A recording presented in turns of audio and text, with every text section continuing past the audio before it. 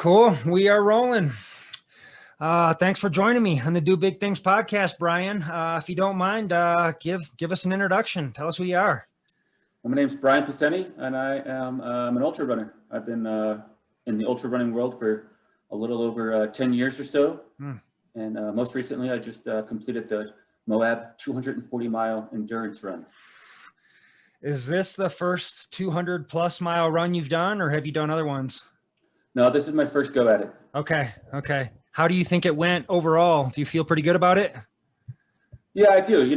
I think going into it, you got to be realistic, and life is busy. I got kids at home. I got a full-time job. I'm not a pro runner by any means. I'm just kind of the average Joe, and so training struggles sometimes, and it maybe takes a back seat. But realistically, I thought a great day would have been 80 hours. That was the A goal. A B goal was under 100. That was just middle of the road, and a C goal was the ultimate goal was just to get in under 112 hours. Okay. Yeah. And what was your final time? So I finished under 96, just 95 and a half or nice. 95 something. Yeah. Beautiful. So I hit the B goal pretty solid. I was pretty far off of the A goal, but hey, that's all right. That's what the three goals are for. That's why we set them up like that, just in case. You never know how it's going to go down. Yeah. So cool, man. I can relate to pretty much everything you said. If you don't mind, how old are you? I am 46 years old this year. 46. Okay, so you're pretty close to my age. I'm 45. And you have a family, you have a full-time job. Like, I'm curious how you juggle it all, man, because I don't even have kids and I can barely juggle it all. I mean, I got a couple jobs, I'm always busy with stuff, but like, how do you fit it all in? I mean, you got to do a lot of training to ramp up to 240 miles. So what does that look like in your world? I'm pretty fortunate. My wife is super lenient and understands my desires to get out and push my limits and see how far I can go. Okay. She works full time as well at a hospital as a nurse. So she works 12, 13, 14-hour days. Fortunately, it's probably 3 or 4 a week that she works. So we juggle our 9-year-old and our 6-year-old daughters, and just kind of covering and watching them.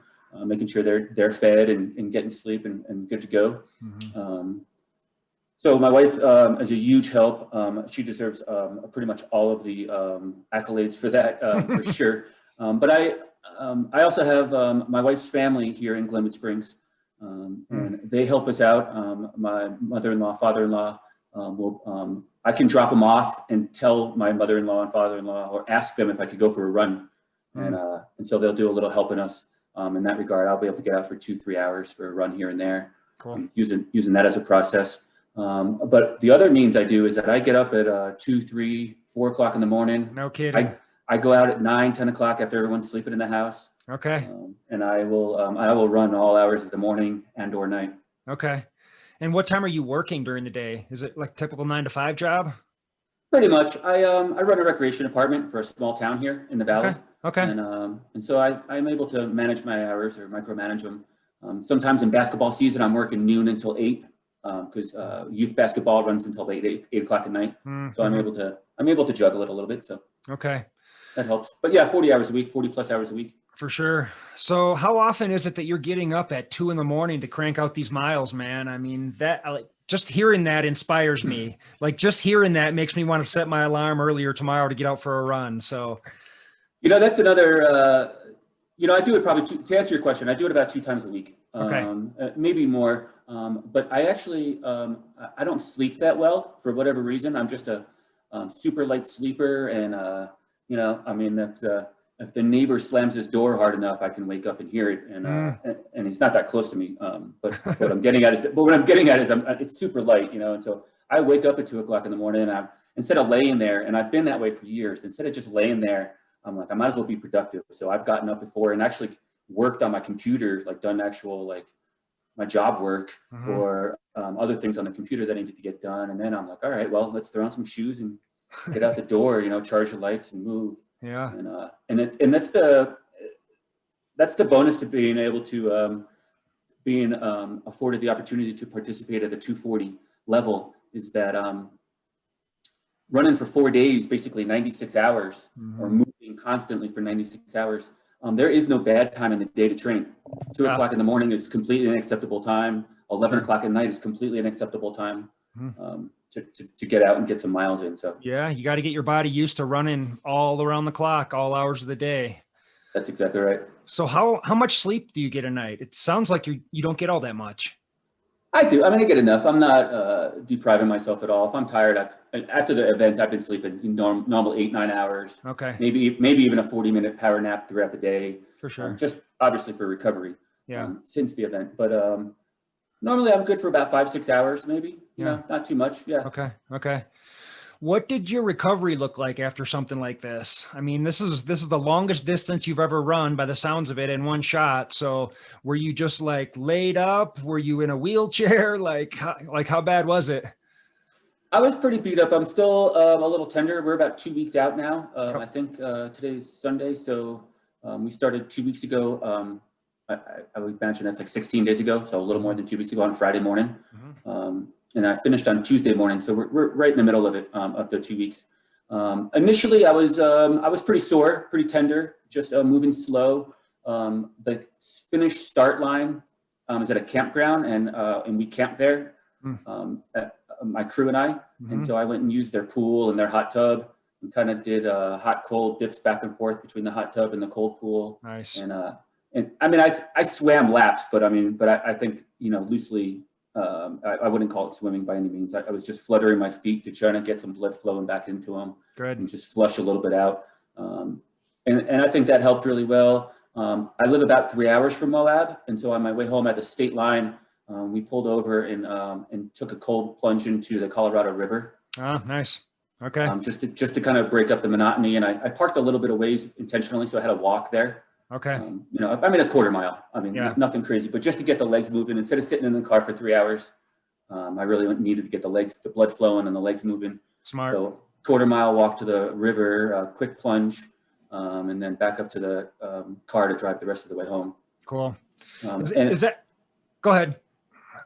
Oh, I guess to finish up the recovery part of it. And otherwise, my body's healing pretty well. I've done some exercising. I've done some working out.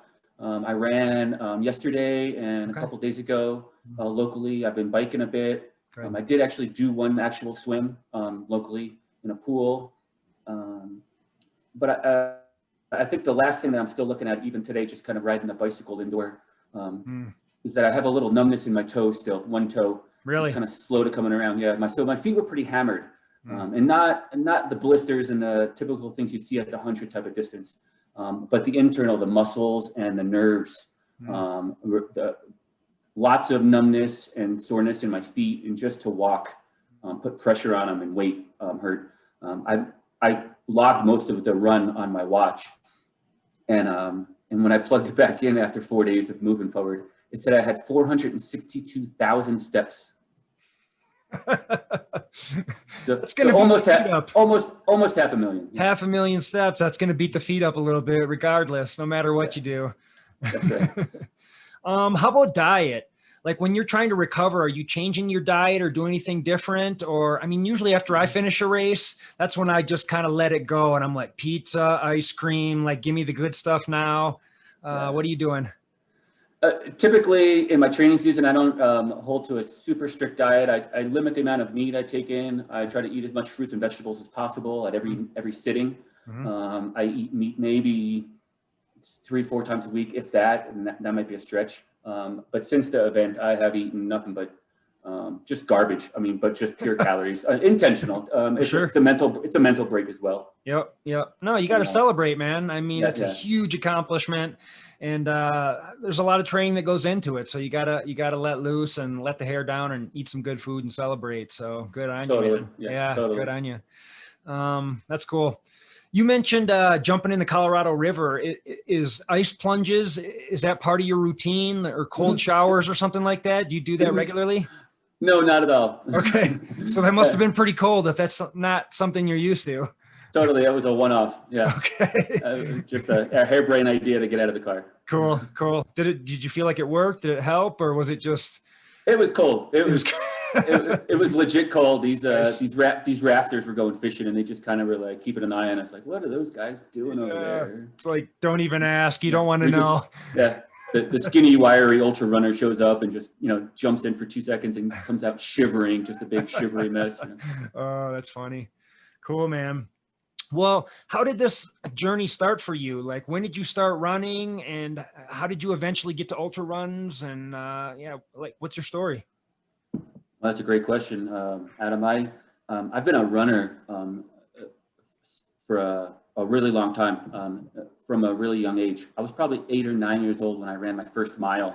Wow. in North Jersey, where I was raised. Okay. My dad was like a volunteer track coach, and I have an older brother. Mm-hmm. He was a runner as well.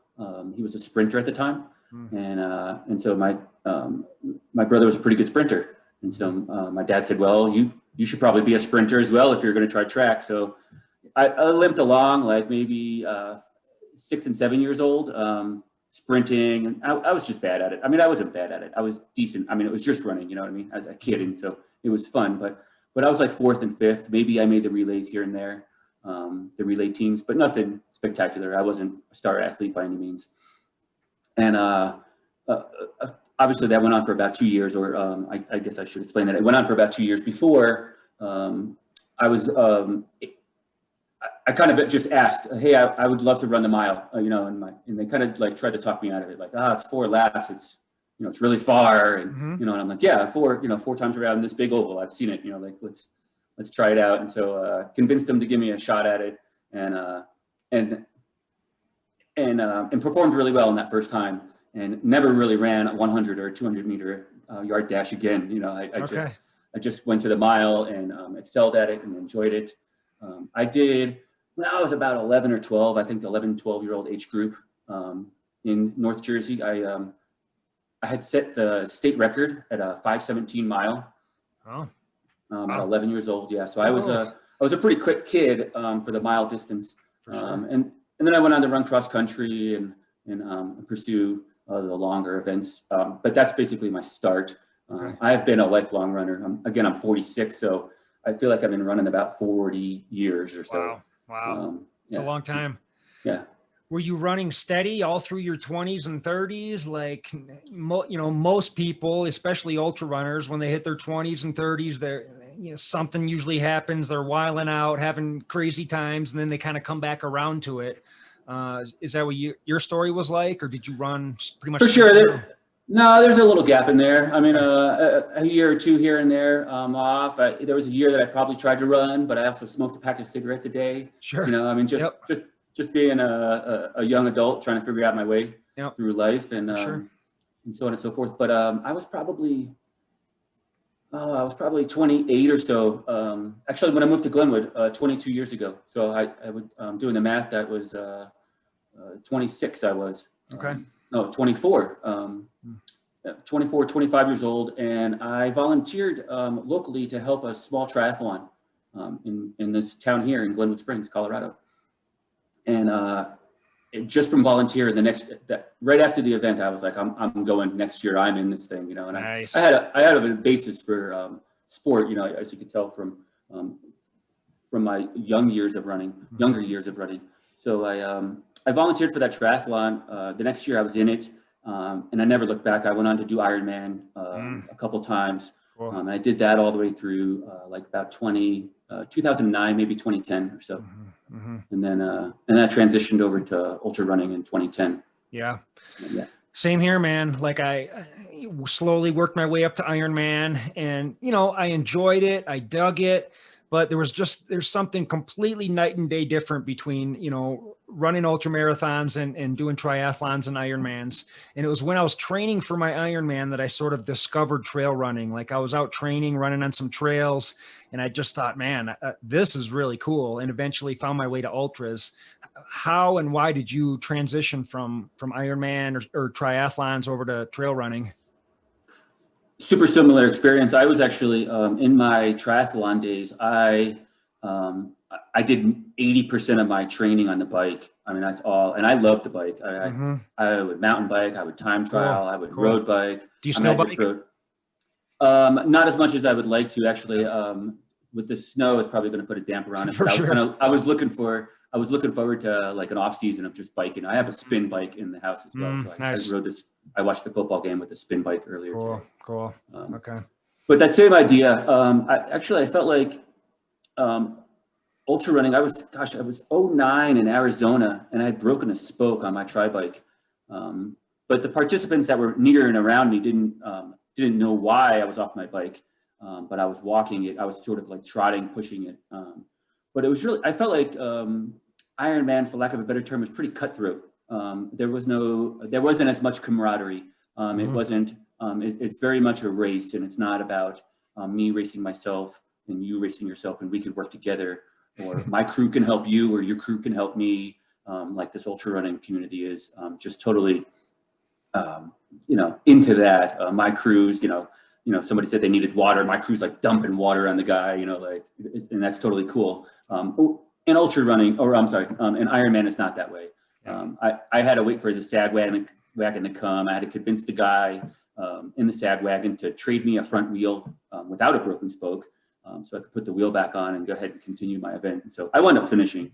It was fine, but I really reconsidered during that marathon, specifically right at that event, like, what am I doing here? And is this the community I want to be? Is this the community I really want to be involved with? Yeah. And I knew enough about the trail running community. And in '09, I read Born to Run, that pretty typical story. And I was hooked on Leadville. And in 2010, I ran my first Leadville. Ah, nice. Was that your first ultra?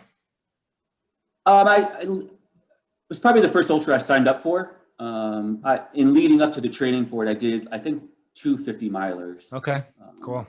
In the training getting there. But I believe I sent off my registration, believe it or not, if you can imagine, with a check way before lotteries were even around. And they kind of mailed me something back that said, you're in. And I was like, oh, I better start training, Yeah. Wow. Figuring it out. Yeah. Was that before the Leadville went kind of corporate, or I think it was like right before, wasn't it? 2010? Correct. So they in 2010, Ken and Marilee introduced Lifetime Fitness as one of their co-sponsors, and they had said in 2011 they're going to take over, and it was like the transition time. So it was the last year of like the mom and pop feel of it for me, I believe. I did really well that year, and I earned a big buckle. Nice.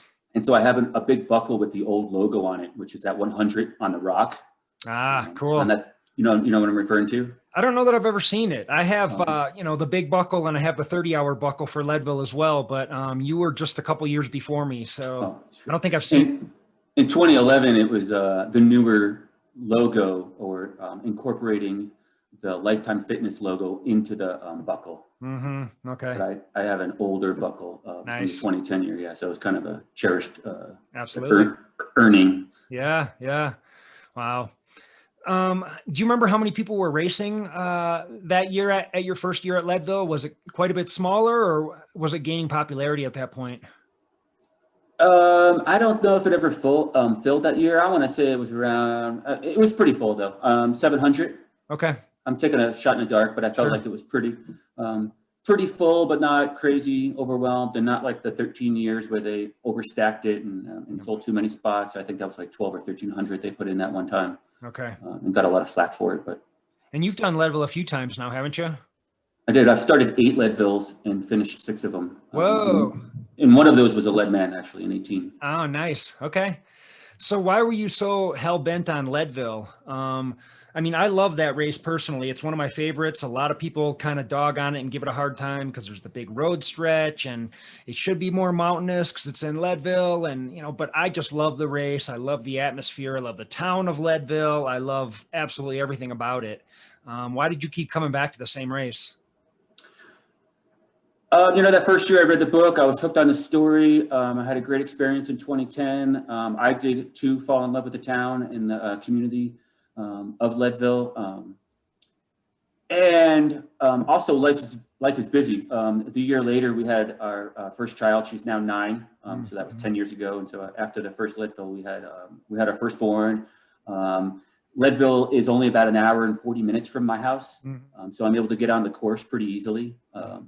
And go train on it, and it's fairly local. It feels like it's pretty close to home. Yep. I'm not having to, get airfare or anything crazy to get to Leadville.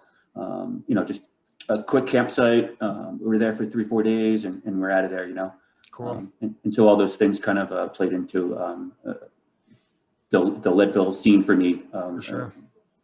Yeah. Do you hit up a lot of the Colorado races and Utah races that are kind of near you? I mean, you're almost like right on the border of Colorado and Utah. Or was Leadville like your favorite race you kind of kept coming back to? Or have you done any of the other races in the area? I took a peek at your ultra sign up, but I don't remember exactly what was on there. Sure. Yeah, I've done, I've done stuff in the Grand Mesa. I've done stuff at like Fruta Trail Festival with Reed and Gemini Adventures. Yep. A bunch of stuff with those guys. I even ran their Kokopelli stage race trail, stage race across the Kokopelli Trail. Okay. So yeah, I get out to the western edge of Colorado quite a bit. I have a DNF at Steamboat, Run Rabbit Run. Oh, dude, that's my only DNF too. It's my only DNF, and it's still hanging over my head. Like I got to go back and make that right at some point. What happened for you? I think I don't even know if I have a great excuse. I mean, I just was not feeling it, and dude, me too. I was quick to throw the hammer down, quick to throw the towel in. Yep. I think I was only 45 in, maybe 40 in. It was the older course. I guess they've revamped their course in the last maybe 1 or 2 years. I'm not quite sure. But I ran the older course, and I came around back to Olympic Hall there. And I was like, I'm done. And, I was limping, I didn't feel good. It hurt, all those things, like that we pay a lot of money for. Yep. And I was pretty surprised that it hurt and it stunk and I wasn't feeling that great. And I went back to the campground and crawled into bed and just laid there full of regret. Couldn't believe that, I actually felt pretty good after I laid down for 10 minutes. I was like, what did I just do, Yeah, I know.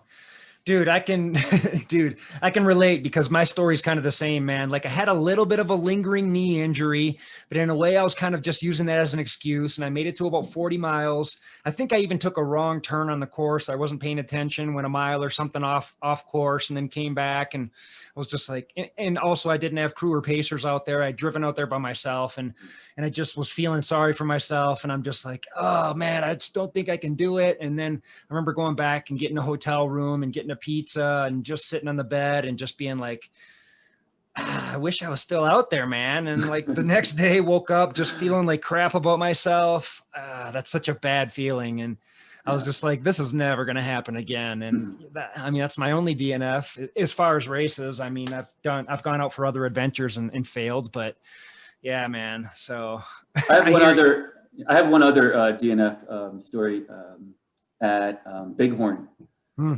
And I think I only made it 30 miles into that one. And it was just, the whole weekend was just off between picking up crew and getting to the starting line. Everything was off. I think I fell like 2 times in the first 30 miles, like pretty hard, like tripped on a rock and went straight to the ground. And I've run, lots of miles in the 40 years of my life. And I don't really fall that often, but the second time I had a half an avocado leaving the aid station in my hand, and I was trotting along and clipped it and like smushed this avocado with moon dirt all over me, and it just stuck like this paste with this dirt on top of it. Yeah, it was just horrible.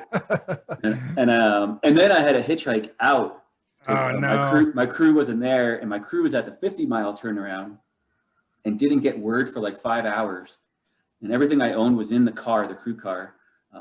So I went to the campground, and there was nothing for me to do at the campground. I didn't have nothing warm to put on. So I went up going to like a Denny's or some sort of diner, and like telling the lady I was good for a cup of coffee and I needed to borrow her phone, and she let me do those 2 things. Nice.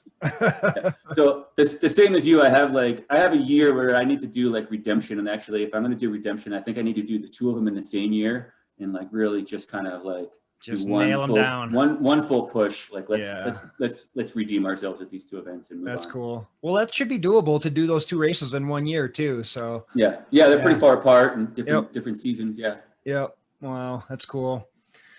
Huh. So do you do a lot of running in Colorado then? I mean, is that where most of your training takes place? Like around the Glenwood Oh, area? Yeah. yeah, for sure. Yeah, in the Okay. valley here. Yeah. What are some of your favorite trails out that way? Yesterday, I just tried to summit Mount Sopris. Mm, okay. It's almost 13, or it's 12.956 or something along those lines. You're friends with Seth Howland, right? Sure. Yeah. Yeah. How do you know him? I'm curious. I had him on the podcast a few weeks back and heard Yeah, I his heard it. Yeah. adventure of going up and down Sopris. Yeah. How do you know him? The triple Sopris challenge. Yeah. He did Yeah. awesome on that. Yeah. Yeah. We're just in the same valley and live in the same area. Okay.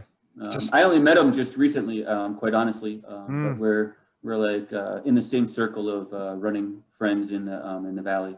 cool. Cool. Do you train with him or No, occasionally? again, I just met him the other day. Oh, okay. Actually, I Okay. met him at Moab at the aid station. Yeah, he was In working one of person. the aid stations. Yeah. Yeah, Okay. yeah, yeah. Wow, that's cool.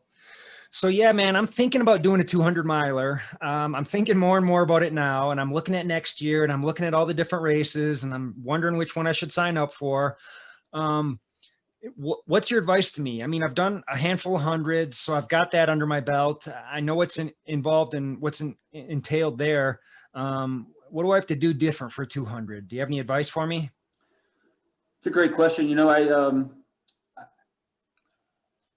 I do have some advice, and I'd say that the obvious answer is that if you're running 50, 60, 70 miles a week for your 100 miles, it doesn't mean you have to double it up. Sure. I'm not running 140 miles a week. I mean, it's just not enough time in my life to commit to that kind of training. Um, I did maybe a couple of weeks where I stacked on an extra 10 or 15, maybe even 20 miles more than I did for 100-mile training. But I just stayed consistent and ran a lot. Again, I ran at all hours of the day, and I think that helped as well. And also on the weekends, when I would do my long runs, I would run 15 miles in the morning. After dinner, I'd get another 10 in, and maybe at 11 o'clock at night, I'd get another 5K in, just to kind of stack the miles and make sure that the legs really knew there was no wrong time to run. Yeah. Yeah. The only one of the other things that I did was gear, and I think that I usually run super light, and I usually run light and try to run fast at the hundreds. And I usually don't have enough equipment with me.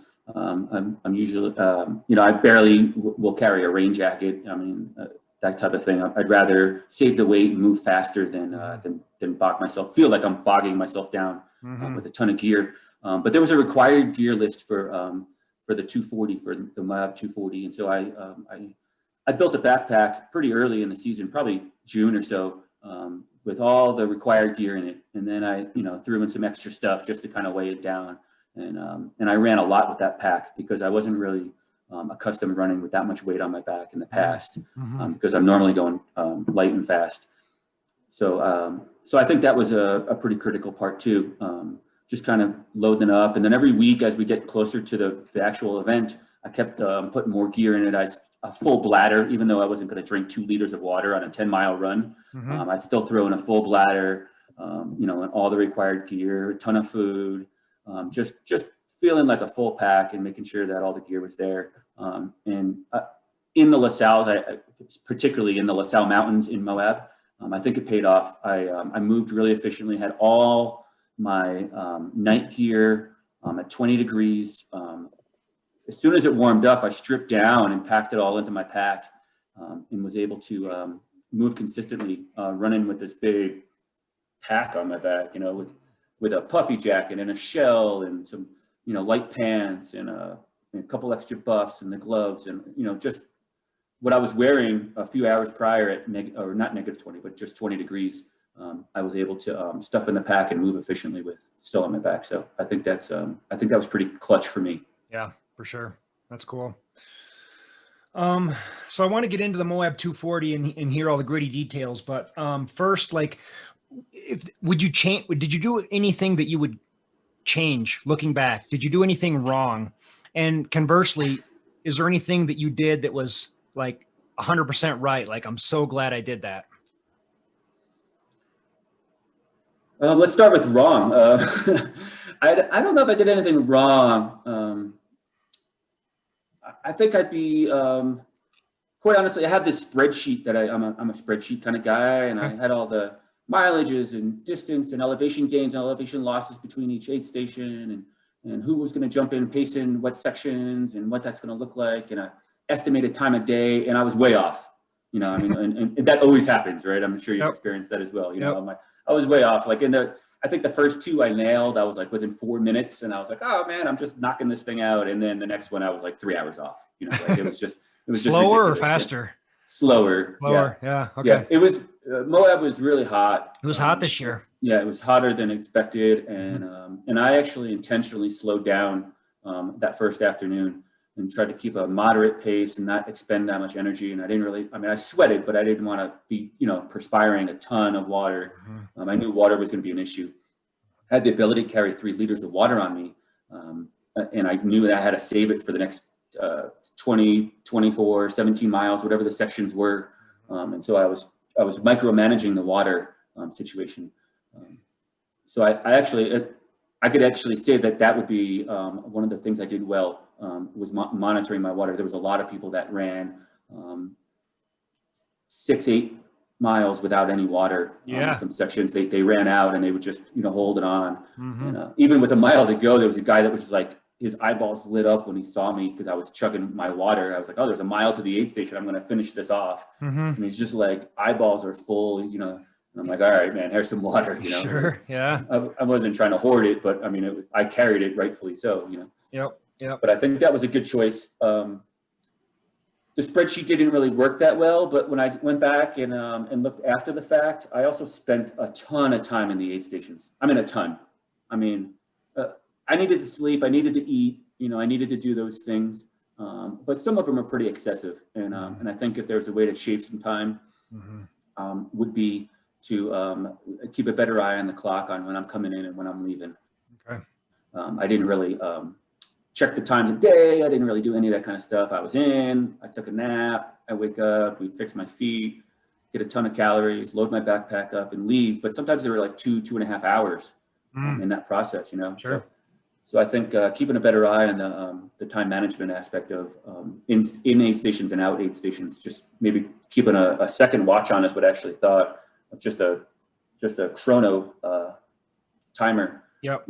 Maybe I'm saying I'm in 75 minutes. I'm in 1 hour and 15 minutes, and I'm out of here. And let's get it all in right now. And let's move on. Is that an average time in the aid stations for a 200-mile race? Like come in for about an hour and a half or something like that, 75 minutes? Are most people catching a little nap in there? Or? It seemed like the people right in my area were doing that same sort of process. They're running your pace. I kept seeing the same people, so I don't know if they were traveling slower. But at the aid station, we just like other hundreds, we started to see the same folks right around us. Sure. And so whether that meant they were sleeping less and moving slower or sleeping more and moving faster, we were still right in the same ballpark. There were some aid stations I slept a little bit longer, some I didn't sleep at all, or just maybe one I didn't sleep at all, and others where I tried to do the quick turnaround, 14, 15 minutes, and it just kind of bit me in the butt where I had to like crawl in the back of the car and go back to bed. How much sleep do you think you got over the 4 days? We calculated less than 7 hours. Okay. That's not very much. No, but I actually thought it was a pretty good amount. I mean, for me. Yeah. I was pretty surprised that I slept that much. Okay. Usually when I get into race mode, I can kind of like just keep plugging away, but different than a 30-hour race, a 95-hour race. It's a different animal. Different beast. Yeah. Yeah, for sure. Wow. That's crazy. Yeah, man. So walk me through it, man, if you don't mind. Like I read your blog and in a way it just kind of read like, no offense, like kind of a standard ultra marathon, you got to a certain point. I don't think I can do it, but somehow you bounced back and you kept going. And what you did is amazing. Don't get me wrong, but yeah, just kind of walk me through it. Like just how did it go? What were the ups? What were the downs? Your highest point, your lowest point? How'd you feel at the end? I want to hear all of it. Sweet. The first day, the start, it was pretty relaxed. I actually, I wasn't that nervous. I think I spent, like the last month, a little ball of nerves. Like, am I really going to toe the line of this 240 miler? it is 2.4 times farther than I've ever gone before. I've done like Leadville, which is 105. So or I mean at the most it's 105 if you make a wrong turn or something. But right. But in short order, I was the multiplier was pretty big. So I was pretty big ball of nerves all week leading up to the event. Sure. But surprisingly, I was just kind of relaxed at the starting line and trying to absorb it and take it all in. Pretty relaxed run in the morning. I think we all had the same idea, is that we knew it was going to get hot and we were just going to run until the heat hit us. And so nothing special. I think we ran at like 10-minute mile paces, just kind of trotting along, introducing ourselves, where you from, first one. Yeah, cool. So we kind of found our groove and found our spot and settled in with a couple of guys. And, we were in good spirits, joking around, having a good old time. We were probably just before a Massabak aid station, probably about the aid station's at 17.6 or so, 17 and a half, something like that. And about 16 miles, Goggins came up behind me, and I kind of looked over my shoulder. I saw him coming, so I did the old selfie over the shoulder with him in my background. Nice. I couldn't make him smirk though. So in short order, God, you can't make that guy smile. Yeah, I know. But in short order, yeah, it was cool. So we saw. I started at a 6:45 wave, and the last wave with the 7 o'clock wave was like the fast guys, and so that's why they were catching us. And so it was fun. It was fun to see the front of the pack go past us. The eventual winner. I can't pronounce his name, but the gentleman from Italy, yes, came by first, and then Goggins and a couple of my buddies, Wes Rittner and others that just slowly caught us and started to pick us off, essentially. Sure. So that was cool, kind of to be able to see the front of the race, but not and not have to be there. Yep. But then it got hot.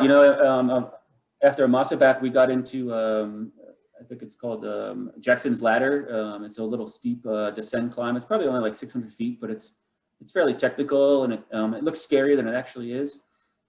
But as soon as we hit the bottom of that, it was sand, hard pack or soft sand for the next 20 plus miles. The sun, got pretty high in the sky and started to warm things up.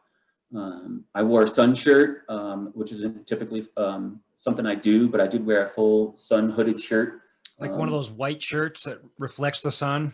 Okay. Yeah, it was like, it's like baby blue or something like that. But but that same idea. Like, did you feel like it helped? I don't know. I felt pretty hot in it, but I don't know if I would have felt any cooler, baking myself in it, in the sun itself. Okay. So I thought maybe there was a little breathability issue with it, but I still thought it was a good idea, and I was willing to give it a shot. So just kind of, hunkered down into that and kept a decent trot, but walking any little inclines and just kind of, again, micromanaging the effort in that heat. And it's odd because when I talk about the numbers, it doesn't seem that hot. It was only like 85, 87, maybe 89 degrees. But the ground, the Moab earth, the rocks were just radiating back at yourself, Okay. Really hard. Yeah. There's no exposure, or there's no shade or anything out there either. There's spots, but not much. You're right. Yeah, there's not much growth. There's not much trees. And again, so just the ground, like I could feel the heat off the ground. I was breathing in hot air that was radiating off these rocks, off that sandstone and some slick rock sections and just the sand itself. In short order, so I just kind of assumed the role of pacing myself super slow and being moderate and let those guys run away from me that I was joking with in the morning and just kind of staying in my own head. I knew I had to be smart about it. Night came and it felt great for the sun to go down. And I think it's probably one of the 3 pictures I took in 96 hours myself. But I took that sunset picture. I don't think I even haven't put it anywhere up yet at all. But I have what I thought was a pretty cool sunset picture. And I actually enjoyed the time alone. I actually didn't settle in with anyone else. Yeah. I just kind of hung by myself, and I knew I had plenty of time once I got a pacer and my crew, that I wouldn't be alone. So I was just enjoying the alone time. Nice. So I was like just in my own head. I didn't put any music on. I was just enjoying being outside. And oddly enough, the thing we kept talking about in that first day is that we kind of all assumed that there was no more COVID going on. I mean, like, it was just kind of slipped your brain. You weren't running with a mask. There was no one talking about social distancing. There was no political views going on. We were back to racing, and it felt really great. Cool. That's cool. Yeah. That's a good feeling. So the sun came in, or the sun set down. I'm sorry. We went into Breaking Bad aid station. That's where I saw Seth. Yep. Seth volunteered with some friends or something along those lines at this aid station, and it was dark. And that looked like like a small trauma center of sorts. I mean, I actually thought when I got in, I was like, oh, I'm gonna grab myself a cot. I'm gonna lay down and eat a hot dog. You know what I mean? Like, that just sounded really good. Take the pressure off my feet. And the cots like had bodies on them, like they were indistinguishable. They had blankets and bodies on them, and I had to sit on a cooler for a few minutes until a chair became available. But it was bad, and I think everyone overstayed their welcome, including myself.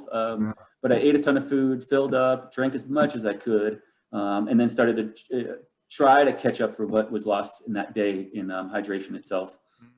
Knowing that it was going to be a tough game to bounce back. You never want to start behind, and it's always hard to catch up. But I was able to drink a lot of water, get it down. I think I left there after about an hour, maybe an hour and a half. I didn't spend too much time there. I didn't feel like I spent too much time there, but I rolled out to mile 72 is Indian Creek, and that's where I was able to pick up a pacer. Okay. I think I was in there at like 3 a.m, but I can't recall, quite honestly. How many pacers did you have with you total? I had 4 pacers total. Okay. So I ran a really small crew. Although the race didn't feel like there was like any huge concerns. I mean, all the measures were taken for safety, for COVID and all. But it was just good to not feel like we were living in this, sickly world, getting back to racing and all that. But I also had a feeling I was still unsure if we were actually going to have a race in Moab. And so I wanted to have a super small crew and just kind of and reuse them and recycle them as best as possible. My crew is seasoned veterans. My one buddy, Mark, has been at all 10 Leadvilles with me. Nice. And ran it himself. His wife has finished one time, and I paced her. So just a ton of experience. My wife came down later in the weekend on Saturday with my young girls, and kind of helped a little bit, but I kind of like let her off the hook so that she didn't have to do double duty of staying up all night and trying to micromanage the kids and that kind of feat. So I was like, just take a vacation, go on some hikes, take the kids to the pool, see me at the aid stations that are easy. So I did have 4 pacers. They worked their way in and out. The first one was Thomas. Thomas and I have been running for, I don't know, a long time, probably 8 plus years together. We've done a lot of adventures. He's not a big racer, but he's a great guy and a great runner, and super helpful to come out and pace me. So he took on the first leg from Indian Creek through the island to Bridger Jack aid station. And that was a full 30 miles. So he did one good 30-mile clip and was done. And then started leapfrogging the crew car ahead. And so we had a good time, Thomas and I. There was really nothing to note. I even in writing my blog and reflecting on the experience, there wasn't really anything that I even asked him. I'm like, man, there was just nothing out of the norm. We just had like a pretty chill day. We were micromanaging the heat again. The second day was still hot, but not as hot. And there was a slight breeze that was coming. We would get gusts and it would pick up sand and kind of like just spit sand at you too. So you were getting like pelted a little bit. But otherwise, the second day, that Saturday day was pretty normal for Thomas and I. We enjoyed ourselves. We, had some good conversation. We met some new people on the trail that we were either picking up or that were picking us up, or, vice versa, kind of leapfrogging back and forth. micromanaging the water, again with the sun shirt, just staying in the shade as best as possible. And so like what's going through your head on that day too? Because at that point you're further along than you've ever run before, right? Once you're past 100 miles, you're in uncharted territory. Like is your head in a good spot, or where are you at? That's a great question. You know, I didn't make a big to-do, and I don't think Thomas did either, if I recall, about going over the 105-mile mark. And I thought pre-race, I thought, you know, like, man, 106, like, I don't really want to look at my watch and be like, man, I'm at 106 miles. Like, this is the farthest I've ever run, and I have 134 more to go. You know, like, that's not a thought you want to have in your head. So it came and went, and it wasn't a big to do. We didn't probably even talk about it, okay. Thomas and I. But to get back to my mental state, you know, Thomas and I plodded along, and we moved efficiently, or as efficiently as we could in the heat. Obviously, nearing 120 miles. But quite honestly, I mean, I was chopping at the chunks of miles. I was chopping away at it in small sections instead of thinking of the big picture, because that's a little bit overwhelming to think of 240 miles, covering 240 miles. So I was just trying to get to the next aid station, but I'm not quite sure. I know later on down the line I knew I was going to finish, but I don't know if at 120 miles if I thought I'm halfway done and I've got this thing. You know what I mean? I was still uncertain of. Oh, yeah. I mean, I was in uncertain ground. I was in uncertain territory. I wasn't convinced that that I was going to make it, let alone my mental state. But quite honestly, I mean, anything could happen and could be, you know, debilitating. I mean, if I got a puncture in my bladder, you know, I'm like, I don't know how I'm going to carry water after that. You know, like just the little things you think of, like, should I carry 3 extra bladders? You know, like, you know, how much stuff can you carry or micromanage before, you know, before something catastrophic is going to happen and break your day, you know? Yeah. So, so I'm not convinced. I actually thought it was still doable at 120. I mean, I think that answers your question, I hope. Yep. But you're still plodding along. You're still doing good. Your head's in a pretty good place still. Yeah, I'm having a decent time. I mean, it's starting to hurt, you know, but the feet don't feel that bad. I mean, they're nothing like, you know, the finish line feet feel, but sure. But definitely, you know, like you ran 100 miles or moved efficiently for 100 miles. You know, the effort's totally different as well. I'm trying to average 18 to 20 minute miles, okay. And that's the 80-hour mark or so. I want to say maybe 85 hours. I don't know what the math is. I can't remember, but it's somewhere around there. It's a little quicker than I was. I think what added up on me is those stops, and then that's how I got to 95 hours. But I averaged right in there around moving. While I was moving, I was running right around 20-minute miles. Okay, that's pretty good. Yeah. I've heard that, you know, and I think I've mentioned this on this podcast, but, you know, I've heard before that like running a 200-mile race is, you know, almost a little bit easier on the body because there's so much hiking involved. Then if you're running 100 miles, you're trying to bang that thing out pretty much as quick as possible, or in a day or so, you know. Was that kind of your experience? Totally. Really? Yeah. I mean, I'm not front of the pack on either events, but sure. I mean, I feel like 100, I've been at Leadville enough to feel like I'm racing Leadville. I'm racing my own self, if anything at all. I'm trying to better my time or get that big buckle or whatever it might be. And this didn't have that. I had a sense of urgency, and I kind of expressed that to my crew. I was like, you know, when I say I'm walking, I mean, like, I'm not just like strolling through the mall, like shopping. I'm like, I have a sense of urgency. I'm like fast-paced walking. I'm doing 22-minute miles on a steady, constant walk. You know, so that sense of urgency was there, but it wasn't a race by any means. I mean, I wasn't. I was just trying to see if it was achievable. So I think that's the difference. For sure. Okay. When was the first time you slept? Actually, I slept before Thomas and I took off at Indian Creek, mile 72. I think I took about 40 minutes. It was dark. It was 3-4 o'clock in the morning. I did load up on a ton of calories. Pretty much all of the aid stations generally, I think there's, I don't know, 8 maybe. probably even more than that. I think all of them I took right around a 40-minute, that was my average nap. Mm-hmm.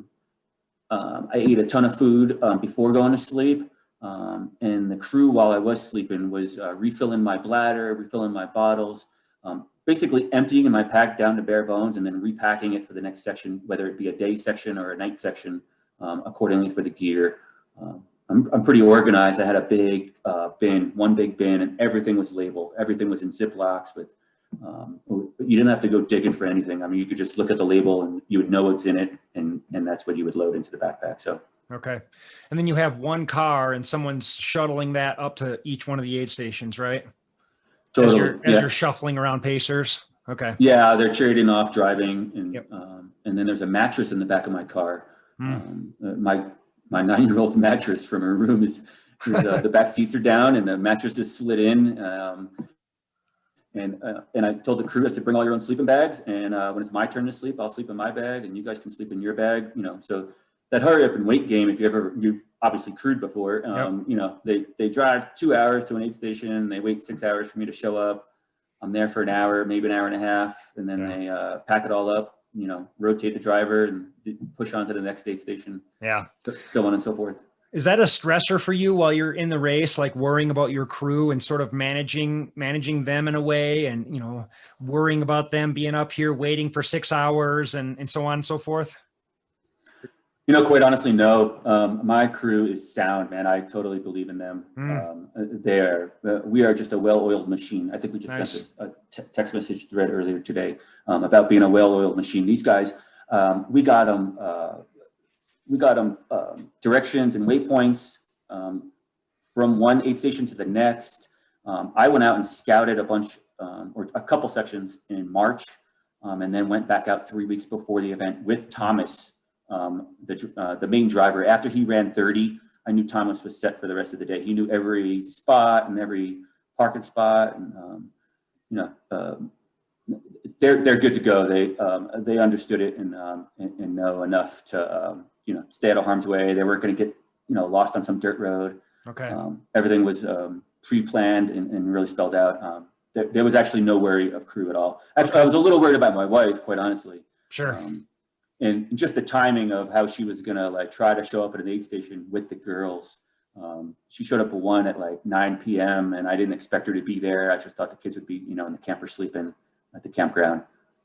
But she figured it out and got there, and they gave her directions and got her there. Cool. So I knew the crew car would be everywhere I needed it to be. Okay. I wasn't sure when I was going to see my wife. Okay. Yeah. So before we get into the second half of the race, so I've sort of built this business around crewing and pacing, and we can go to people's races if they don't know anybody in the state or in town, and we can help them. We can crew for them, we can pace for them. What are a couple of your favorite things that your crew or pacers do for you that are just key? They don't. The obvious ones are they don't encourage negative talk, and quite honestly, I had some bad moments, but I never vocalized them. I never said this sucks, or I might have said I'm hurting. The honest feelings, but nothing negative came out of me. They kept everything lighthearted. I think that's just total key. I also think I've crewed and paced a ton of people myself throughout the years. I really enjoy. I'll volunteer for somebody I don't even know. Yeah. Just be like, hey, I'll show up and run 50 miles with you. It's fun. It's fun, man. I just did it at Sangre de Cristo at oh, nice. I paced Nathan Lee for 42 miles of his 100. Oh, cool. We were out there. Yep. I paced that race too. I missed you there. I knew you were there. Okay, cool. In short order though, I also think I'm an extrovert. I love to talk, and I could overly talk, and especially if you get me talking about running, I could just talk for hours about it. But on the same note, I think it's okay to be out there and to feel bad and hurt, and it's acceptable to have silence. It's acceptable to kind of let the moment just be. It doesn't have to be always filled with a music playlist or a conversation or telling me about something that maybe isn't interesting me right at the moment. It's okay to just have a silence for a little bit and just kind of enjoy the process and be out there in nature and enjoy each other's company without even saying anything. Yeah. So I think those are pretty clutch crew pacer suggestions. Yeah, for sure. Yeah, I mean, the best pacers are probably like your buddies, the people that you know and that you're comfortable with, and that you can have a conversation that's comfortable and not stressed. You're not trying to like fill the silence voids, and yeah, you can just stop talking and just be out there enjoying the run in the middle of the night or whatever. But yeah, man, that's cool. That's really cool. Okay, second half of the race. How are you feeling? Did it get I'm guessing there was some carnage on the course. How was it for you? There was carnage, but we thinned out so much after 120 miles. It was hard to see. I saw the same people, but I saw less of them. Okay. I mean, I don't know if they were dropping, if they were, moving faster, more efficiently than I was ahead of me, or if they were behind me, or if they were out of the race. Mm-hmm. But just the numbers were thinning, and the race was stretching. And Okay. those two factors just kind of made us feel like we were a little bit more out there. Mm-hmm. But I had a pacer again. I picked up, so last minute, you want to talk about pre-race stress? Just a couple days before the event, a good friend of mine from Denver had a medical issue and was not able to come and help us out as crew and pacer. He was going to probably run a good section of 30 plus miles with me. And he was dead set. He was like, "Yeah, I'll be there." And I was like, "No, don't make me help you to the aid station. Like, I need you to keep an eye on me." So I called him off and said, "Hey, don't worry about it." And I reached out to a local, a young man here in town, a local kid, a local young man that wanted to he's a big fan of Goggins. He wants to get into ultra running. Nice. All this kind of stuff. And so I just put it out there, and he's like, "I don't have a job right now. I'm just, working out and training." He's getting ready to go into the service himself. Perfect. And I was like, "Hey, you want to go out to the desert for 5 days?" And I kind of lured him in with the Goggins treat. I was like, "Hey, Goggins is going to be there," And he's like, "Yeah, I'm in." Nice. So Justin, he was awesome. He did a great job. He fit right in with our crew. They went for a run after the fact here locally in Glenwood. He's just kind of fitting into one of us. I spoke with him earlier this morning on the phone about something non-related, but in short order, he just kind of fit right in. He jumped in at 120 miles and paced me up Shea Mountain. And it's a plot. It's 4,000 gain in about 18 or 20 miles or so. Mm-hmm. And it just steadily gets steeper and steeper and steeper until you're at the aid station. So, the beginning is super fun. We're running in a riverbed, and then, then you got some rollers, and then you get some decent climbs, and then you're just in it, Yep. And so, and he did well, and he held in there. It was the longest he's ever gone. Oh, the section was 19 miles. And I remember that because it was the longest he's ever gone on foot. Awesome. So kind of exciting for him, and he was Oh, yeah. pumped, and I mean, he's a ball of energy, and he brings a young life to our older, aging 40s crew, he's a young 19-year-old animal, and he's just full of energy. So it was good spirit to have him there. For sure. I'm guessing that's a big inspiration for him too. I mean, young kid coming in, running this, helping pace this 240-mile race. I'm sure he's kind of wide-eyed and fired up now. That's totally cool. Yeah, totally cool. So he got me through to Shea Mountain. We had a good time. We talked a lot. I didn't know much about him, and I learned a lot in 19 miles. He had a ton of questions about the ultra running world and how he could get involved, and so it was just a good change of pace from the norm. Cool. Of my buddies that we kind of know all those things about each other already. So for sure. Yep. It was cool.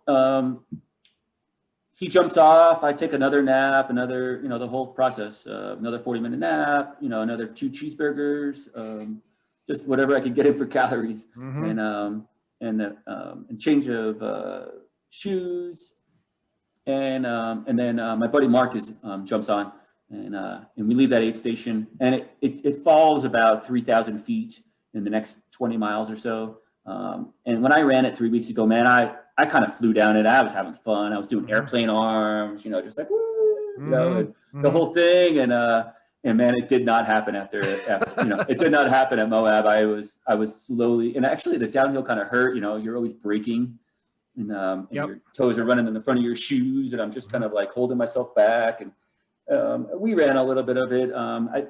We were efficient, but nowhere near like 3 weeks prior where I was having a good old time. And I just thought, man, this is what I want to do 3 weeks from now. Crush it.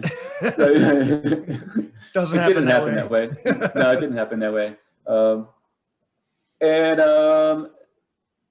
Nothing else really. Oh, I did take a trail nap. My first trail nap, I pulled out this emergency bivvy right at sunrise. It's usually the time that I have the worst time with sleepiness. At 5:30, 6 a.m., just before sunrise, last bit of the coldest and darkest part of the night type of thing.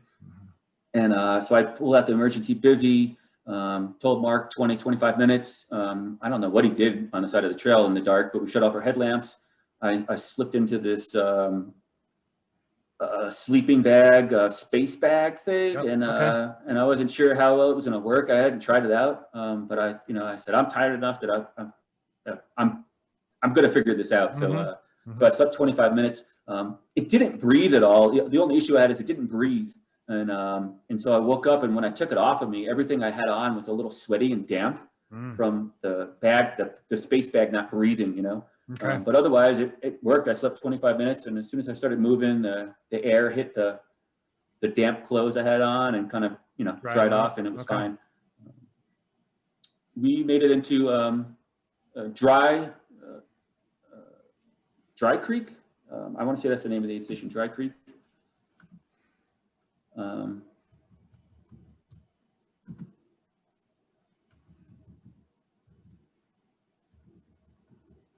We made it in the Dry Creek aid station, dropped off Mark. This is the aid station, so I just slept probably about an hour, maybe an hour, hour and a half, maybe even 2 hours later, or prior, I mean. So I rolled in, we did a quick shoe change, did a quick gear change, and we went to the aid station. I ate a bunch of food at the aid station, and Leanne and I took off. And this is a section I did scout, and I kind of wish I did. It's called Dry Valley. It goes Dry Valley, Wind Whistle is the next aid station. And this is Dry Valley's at 140, Wind Whistle's at 153, and the next time I would see my crew would be at 167. So about 27 miles without any real crew access, just my pacer. It happens to be 9 o'clock in the morning, and we didn't scout this section, but it is just long dirt or sand roads. I mean, and they're just long and straight. I mean, it's just as long and as straight as you can see, just unbelievably long. 27, 37 miles or whatever that is, long. And they point you right at the LaSalle Mountains, and that's your next stage is to go over the LaSalles. So you're like, it's like this, it just adds to the insult of like, you're never getting to these mountains, and when you get there, you have to go over them. Then you have to climb them, yeah. Yeah, and that's where it really hurt. That's where the kind of the wheels fell off. Okay. Everything kind of imploded. I was 140, 150 miles in. The wind kicked up early that morning, and it just kept a driving headwind right into us. We could see rain clouds off on the LaSalles, and eventually they caught us. So that picked up some sand, that dropped a little bit of rain on us. And from a bicycle background, Leanne was walking in front of me, and I was kind of like drafting behind her to get out of the wind and out of the rain a little bit, just as much as we could. Of course, we're only moving at a 24-minute mile, if that. And but just anything helped, and the sand was just ripping around and swirling. It was everywhere, and it was my low point. It was just miserable. I couldn't fathom another 100 miles. Ahead of me. I was into Sunday, I want to say. So I'm on my feet for a long time so far. And we turn, and we have this, it's like 2 miles, maybe 2.5 miles to this aid station on this paved road, and it just steady climbs. I mean, it wasn't even that bad of a grade. I mean, it on any other day, it wasn't that bad of a grade. Sure. But I could not get myself to move up it, and I was leaning on the poles. I was, I was doing everything, and I just wanted a spot of shade to sit in, but there's nothing out there. Not one shrub tall enough to get under, nothing to hide behind. Yeah, nothing, nothing anywhere. A funny story is that Leanne was asking me at the aid station at this point, like 6 hours prior, asking me what I thought about, she was going to bring an umbrella. And I was like, no, why would we need an umbrella? That's a ridiculous idea. I'm like, what? Who brings an umbrella? That's ridiculous. We don't need an umbrella. Like, let's just get moving, Might have been a good idea. Wow, the wind was so bad. I was joking that we would have had the most intricate piece of trash brought to the aid station. Would have been this twisted umbrella. Would have been just this mangled, twisted umbrella. Like, what is that? Like, it was an umbrella, but it's not anymore. Yeah. Right. But I really wish at that very moment on the side of that road, I wish she had an umbrella with her. It probably would have just blown away. For sure. Yeah, but I laid down in the middle of the road. I just couldn't muster up anymore. It was at that point I had to make hard decisions. Like where was I gonna pull from to get out of this hole? Mm-hmm. Where was I gonna dig deep from inside myself? And what am I doing here? I got all this crew here. I got 4 people. I got the 4 crew. I got my wife and kids have shown up already. How are we gonna dig out of this hole? How are we gonna make this happen? And I'm battling the self-talk, the self-doubt, big at that moment. Like, well, you did a great try, man. You're really, A for effort, but let's get the heck out of here. Let's go back to the campground and hang out with the kids and call it a day. Maybe next year you train harder, all those things, man, just running through my head. And, I had to figure it out. I said it in the blog. It felt like I laid there for like an hour and a half, but it was probably at 10 minutes at the most. Leanne said it was legitimately like only 10 minutes at the most. Okay. So, but it just felt like forever, and it was just the compounding thoughts in my own head whirling around, just battling my own insides of am I going to be able to get up and move forward? So I eventually stayed myself up, leaning on the poles, and strapped the pack back on. And it took me an hour and 15 minutes to go a mile and a half to get to that aid station. And an aid station worker on the way to the aid station stops and is like, he okay? And she's like, he's gonna be all right. And she's like, you just got to make it to the aid station, and drives off. And I had almost the thought just to raise my hand and be like, just give me a ride to the aid station. Right. It's crazy the things that go through your head at that point. You're like, I could just catch a ride, or maybe I can cheat. Nobody would know. And of course, these aren't things you would normally do, but the crazy things that go through your head at that point. Yeah. I already had planned in my head, like I was going to go to Zach's. It's a pizza joint in Moab. Okay. And I'm like, I'm going to Zach's. I'm getting that, like some weird salad, some like kale salad with salmon on top of it. I'm like, that's the end game for me right here. Like that's what I want right now. Right. Just chilling with a Pepsi and be done with it. So where did you pull the inspiration from, or did it just happen? I mean, a lot of times in ultras, you just sort of bounce back magically, or did you dig deep somewhere deep inside you, think about your kids or something crazy that inspired you, or what was it like? Totally. Yeah. I went to all the reasons I was here, and I kind of spelled it out in the blog. I got 4 eyeballs, and my little girls are always watching every move. They know, even though if I go run at 9, 10 o'clock at night and I come home at 2 a.m, they know when they wake up in the morning, they're like, how far did you run last night? They're asking questions. They are involved in the ultra world.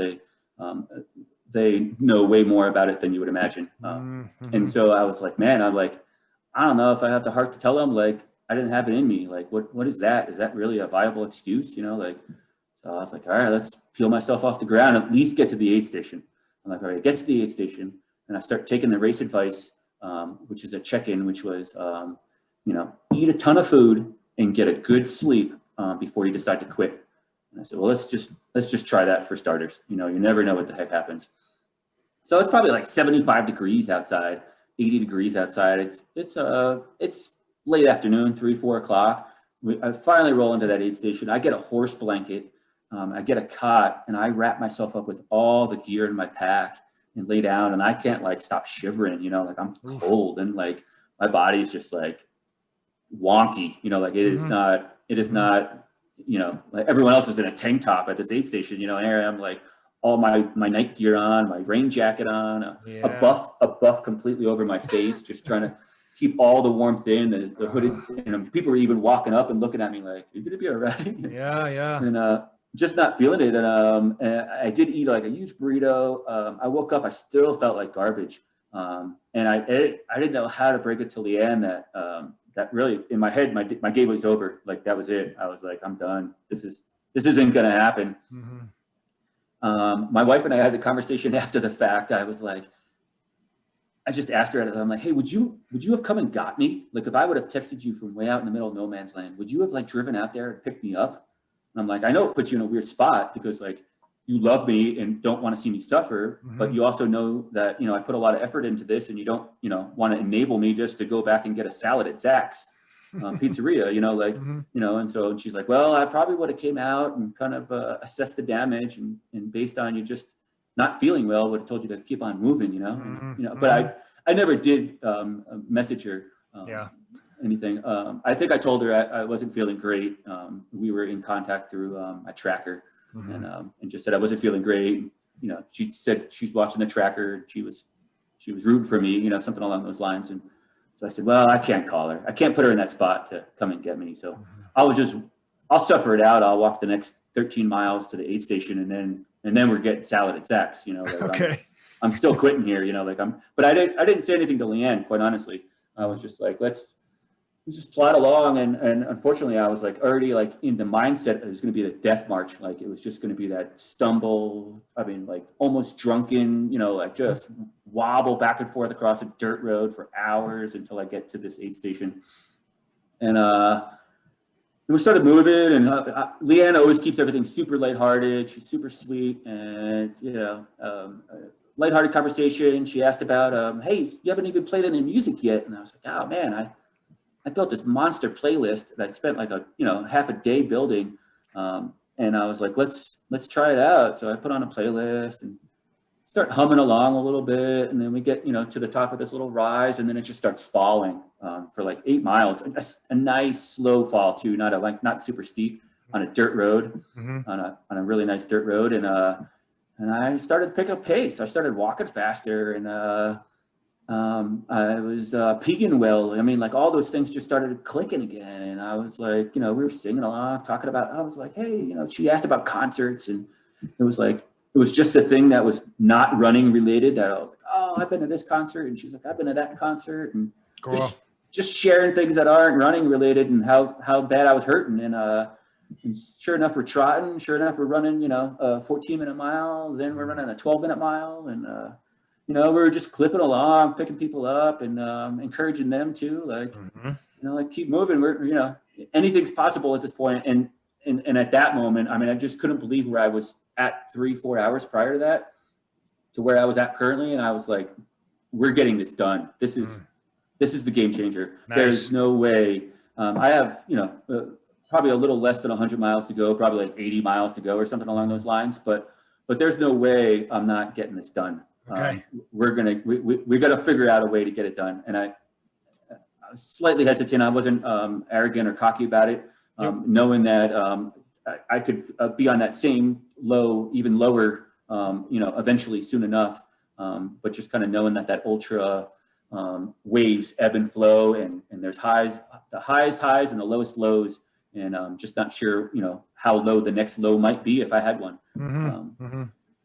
So we rolled to the aid station and I don't know, it was probably 9-10 o'clock. It was 9 o'clock at night. The girls and my wife were there, so they surprised me. So I jumped in that car, ate dinner with them, basically. I was eating cheeseburgers and the girls were telling me about swimming with a friend of ours at the campground. And, my wife's there, she's got the dog. We're just having a good old family hangout, in this event. And my crew's like unpacking and repacking my gear. And, eventually, 20-30 minutes after basically dinner, I lay down for a little bit and get a good nap in. The wife and kids leave, and I wake up at like just before midnight, and Mark jumps back in again for his second leg, and we start this long 35 mile-ish plus section Another station that we're not going to go to is Pole Canyon. So it goes from Road 46 to Pole Canyon to Geyser Pass. And we opted 4-wheel drive only access for Pole Canyon, which we had, but I just didn't want to risk it. It didn't seem like it was worth it. And it puts crew on the completely wrong side of town, where if they just go to Geyser Pass, it was kind of like towards Moab and kind of winding down and kind of it flowed better for the crew to go there. So we elected not to go to Pole Canyon and use that as an aid station. So set off with another runner that we're all familiar with as well, another local guy to your side, to the Front Range, Ryan McAfee. He's a Colorado Springs guy, and we've done Leadville before, we've done Leadman before, and we're usually right in the same time frame, finishing right around the same time at those types of events. And we were hanging out most of the event ourselves this time, and so we kind of joined forces, and all 4 of us set off. Ryan and I, and then our pacers. So the foursome of us take off, and it was great. We had a great time going up to Pole Canyon. It's dark, it's fairly cold, it's getting cooler, we're getting higher. But the dynamic of 4 people was way better than the dynamic of 2. Mark and I can always entertain each other, but I was able to hang out with Benji, who's Ryan's pacer, and Mark and Ryan stayed about 10 feet behind us and talked mountain bikes. And Benji and I caught up on stuff that I never knew about Benji, and so it was a cool dynamic. And then I was able to hang out with Ryan, and then I had my own pacer, Mark, so it kind of had a better round robin conversation feel. One of the more powerful moments in there is that we're just trucking along. I mean, nothing fast, but just steady plodding, and we split a band of coyotes, and they're yip-howling. 3 are on one side, on the high side, and 1's down below us, and we're just splitting them. And we got all our lights on, and we're just everywhere with the headlamps, looking around and trying to spot them. Wow. We thought we caught one below us, but man, it was cool. The moon was coming up in a weird angle, and it was just one of those moments that you won't soon forget. That's it right there. Yeah, it's crazy how you'll have those moments. It's like, this is one of those moments I'm just going to remember when I look back on this race. This is one of those magical moments. So yeah, I've been there, man. That's cool. That's really cool. Yeah. Okay. Ryan had elected to send his crew to Pole Canyon. They drove a big truck out and didn't have any issues getting there. Again, I just didn't feel like it was in our cards. The crew's going to be tired, lots of driving for not that much reward. And so our plan was to just be quick in and out at Pole Canyon. I did jump in the truck for a 14-minute power nap, but I was also concerned about Mark. He wasn't able to get into the truck just because of the cab. Ryan was in the back laying down, and I was basically in the front seat. And Ryan was going to take a little bit longer of a nap, a good 40 minutes to an hour before pushing off and warming up. And it was about 20 degrees outside, and I knew Mark was just hanging around a propane fire pit, which can only last so long before you start to get cold at it. So I jumped out, and my assumption was correct. Mark was pretty cold, and I said, let's start pushing. So we pushed, and I pushed pretty hard, surprisingly hard, even with all those miles in my legs. Climbed like a madman. That's kind of my thing. Living here in the mountains, I love going uphill and doing those things. And so we pushed hard, and the sun came up, and we had a great morning. Just enjoying the views, and just heads on swivels, just looking around at the sun rising on all these little peaks that you would never even know exist in the LaSalle Mountains. From the highway, and even from Moab, it looks like 2 or 3 peaks in there. But when you start to get really close up and in there, there's probably half a dozen or even more. These just little rises that just stand out in different angles and pitches, and the leaves were still on, most of them, so they were totally changing and just beaming with color, and just a cool scene. It was really cool. Nice. We enjoyed that. So it was a long stretch, and Mark was out there forever, it felt like. I know he was spent by the time he got to the end. I think he was. I'm not sure. But it seemed like a long way to Geyser. I mean, you get over the climb, and it just kind of rolls for probably another 10 or 15 miles. and we just plotted through it. We stayed consistent. We ran the sections we could. Obviously ran the downs, a little bit of the flats if it was flat enough, or if I had enough, enough recovery between it. And then just steady power hiking up the ups, this typical ultra type of mentality. Another thing to note in that area is I caught my toe hard and a slow blink, just been up so many hours and on my feet for so long. I caught my toe on this route and on a little section that was descending, and I mean all the rocks and dirt and tree roots and everything in Moab. I caught my toe and landed in a big pile of soft dirt, and with a thud, luckily. I could have, and I hit hard. I hit my face like to the ground, like no reaction time, no nothing. just a clip of my toe, and Mark was super concerned.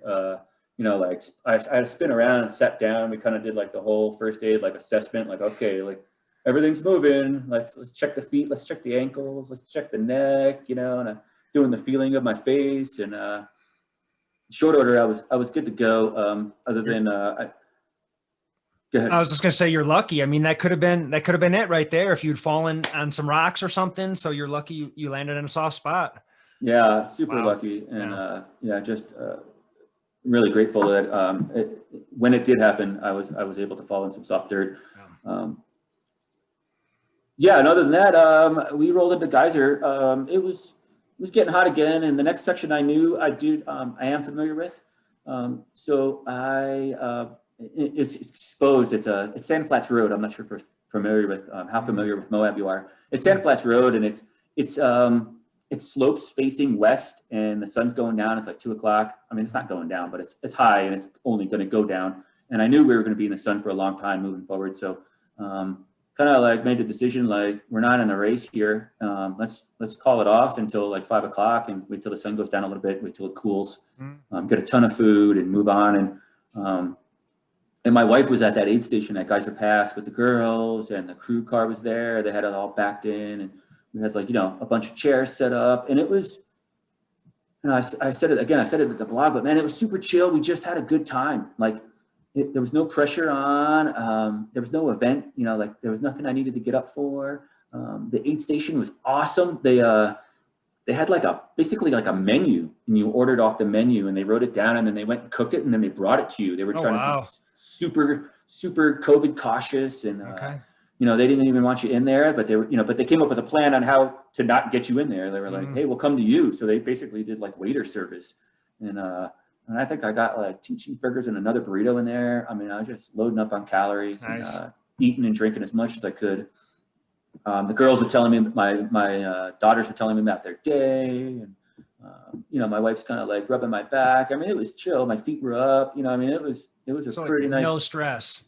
Pretty nice afternoon. Yeah, it was a pretty nice afternoon, man. It was super good. Another one of those times that like I won't quickly forget. We're all just looking around, and everyone's just talking amongst themselves, and I'm kind of like taking myself out of the picture and just kind of like absorbing all the surroundings. Everyone's just chatting, and Justin's fitting in totally well. He's again the new guy, and he's just he's right in there joking with everyone, and throwing in a sarcastic comment, which is kind of tough for the new guy, but playing the game, so it was cool. It was a good experience. Nice. Justin jumps back in. We take off out of Geyser, and run a decent clip. It's a dirt road, descends, probably 1,500 feet or so. And again, his last leg was his longest run of 19 miles. And this time the leg is 22 miles. Ooh, nice. So he's already setting new PRs every time he goes with me. No kidding. That's so inspirational for that kid. Yeah, so he paces me down 22 miles to the aid station, and I was pumped. I was feeling good, and I was smelling the barn. He got some good sunset pictures. And we're rolling into the aid station, and I'm like, man, I'm done messing around. Like, we're doing a 15-minute turnaround. I'm going to do this power nap. Wake me up in 12 minutes. And the crew's completely against it. I could just tell. But I kind of got Justin already like cornered on the way down, and I was like, hey, like, I want a 15-minute power nap, and I want you to repack the bag, and I want to get moving. I want to get this thing done. I want to be, I just want to enjoy the rest of the day and not be on course.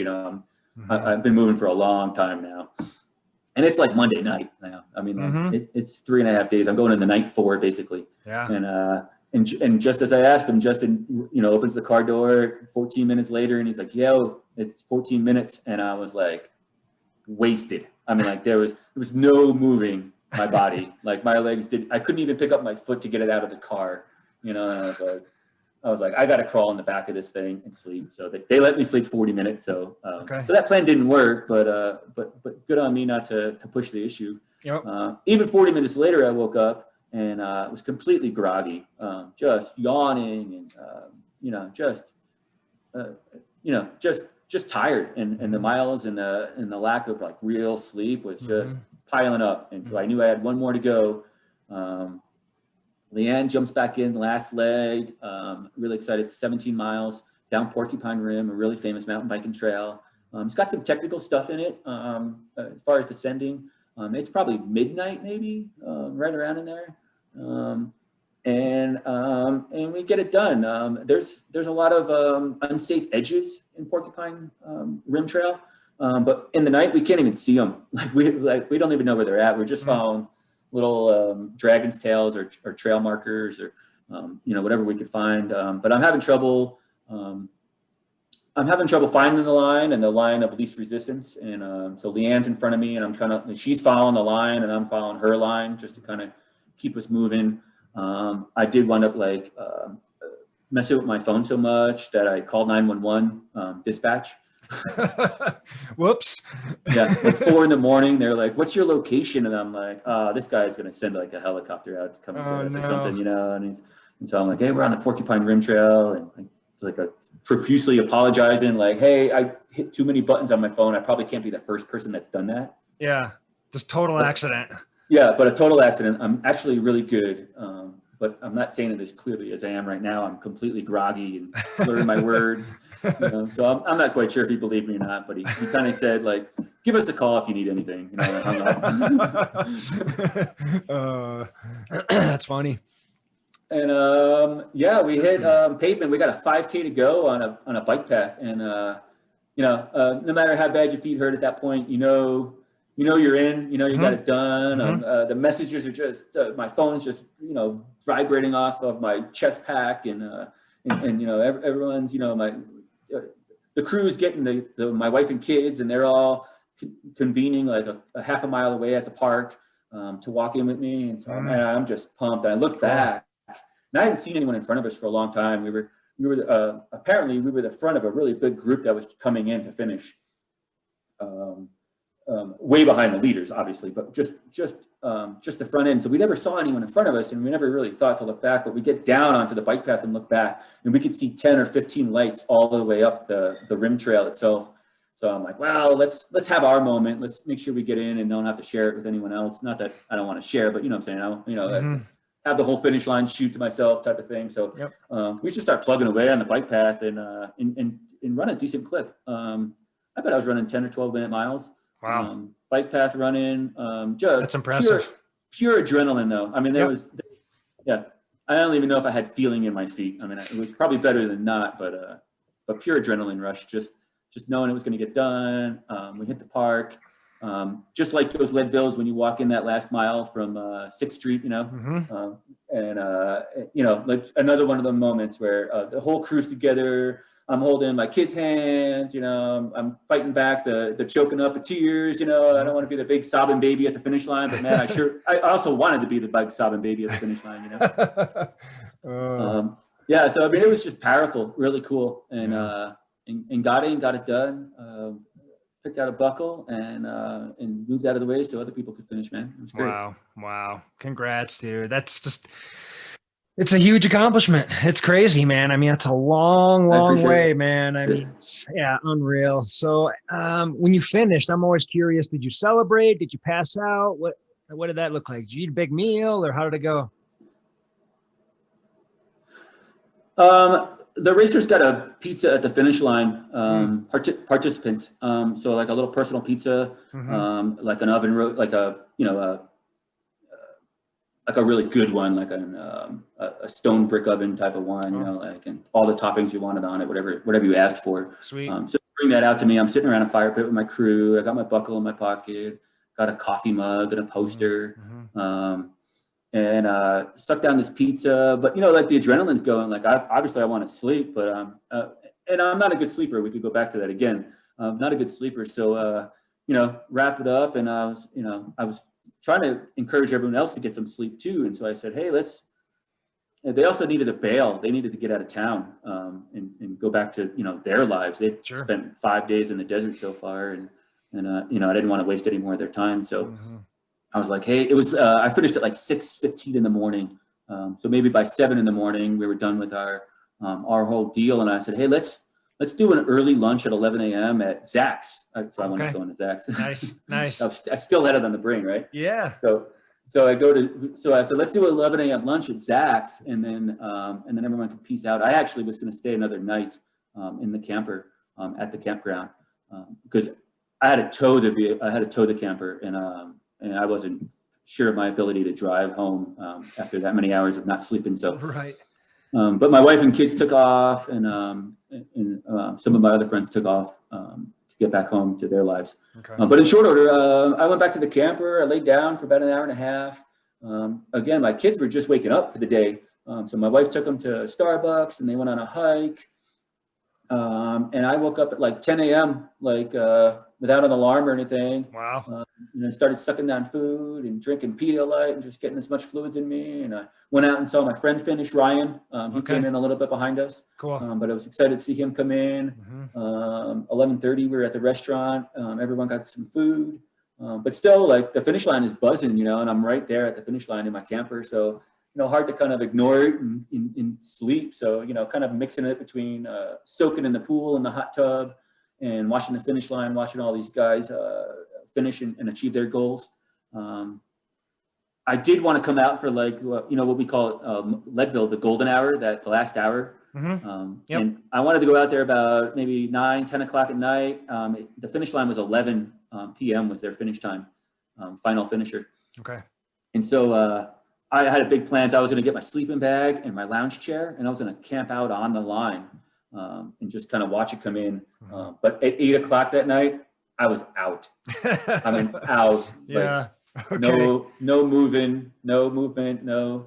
It finally caught up with you.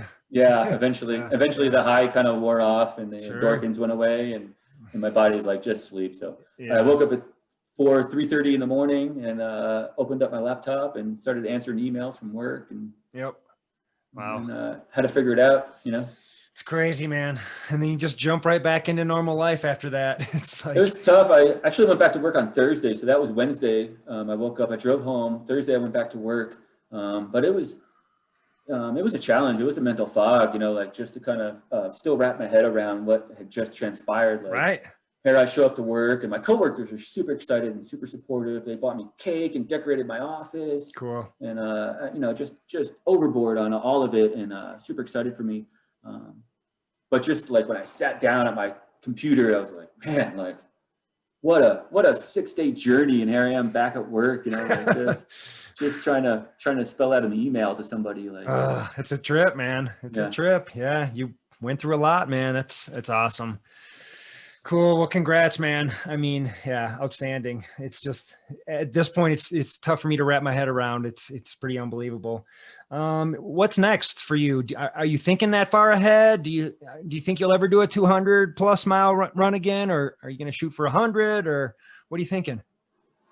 The Ura 100 was canceled this past year, and that was also on my radar. Okay. And so it's back on my radar for 2021. Cool. It kind of it's in Ura, Western Colorado, in the San Juans. Big mountain race, 42,000 birds. Tough race, yeah. Big tough race. So I'm kind of excited to kind of challenge myself in that.